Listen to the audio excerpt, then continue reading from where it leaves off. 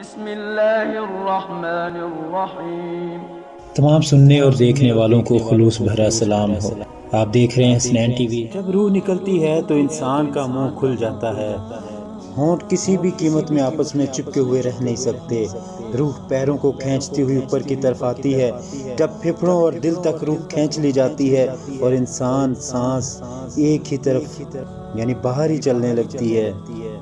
یہ وہ وقت ہوتا ہے جب چند لمحوں میں انسان شیطان اور فرشتوں کو دنیا میں اپنے سامنے دیکھتا ہے۔ ایک طرف ابلیس اس کے کان میں کچھ مشورے دیتا ہے تو دوسری طرف اس کی زبان اس کے عمل کے مطابق کچھ الفاظ ادا کرنا چاہتی ہے۔ اگر انسان نیک ہو تو اس کا دماغ اس کی زبان کو کلمہ شہادت کی ہدایت دیتا ہے۔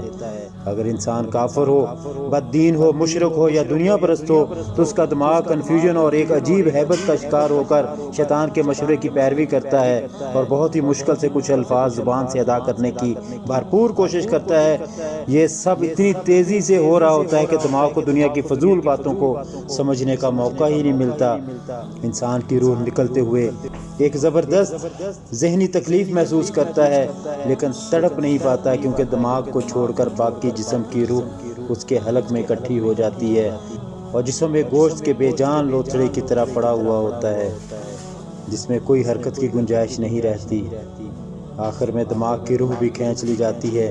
آنکھیں روح کو لے جاتے ہوئے دیکھتی ہیں، اس لیے کہ آنکھوں کی پتلیاں اوپر چڑھ جاتی ہیں یا جس سمت فرشتہ روح قبض کر کے جاتا ہے اسی سمت کی طرف ہوتی ہیں۔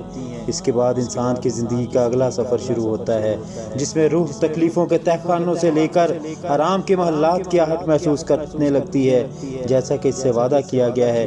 جو دنیا سے گیا واپس کبھی نہیں لوٹا، صرف اس لیے کہ کیونکہ اس کی روح عالم برزخ میں انتظار کر رہی ہوتی ہے جس میں اس کا ٹھکانہ دے دیا جائے گا۔ اس دنیا میں محسوس ہونے والی طویل مدت ان روحوں کے لیے چند سیکنڈ سے زیادہ نہیں ہوگی، یہاں تک کہ اگر کوئی آج سے کروڑوں سال پہلے ہی کیوں نہ مر چکا ہو، مومن کی روح اس طرح کھینچ لی جاتی ہے جیسے آٹے سے بال نکالا جاتا ہے، اور گناہگار کی روح خاردار درخت پر پڑی ہوئی سوتی کپڑے کی طرح کھینچی جاتی ہے۔ اللہ سبحانہ تعالی ہم سب کو موت کے وقت کلمہ نصیب فرما کر آسانی کے ساتھ روح قبض فرما اور نبی پاک صلی اللہ علیہ وآلہ وسلم کا دیدار نصیب فرما، آمین یا رب العالمین۔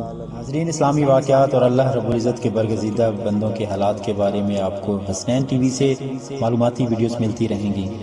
ویڈیوز اچھی لگے تو چینل کو سبسکرائب کریں، بیل آئیکن کو پریس کریں تاکہ آپ کو ملتی رہیں نئی سے نئی ویڈیوز کا نوٹیفیکیشن۔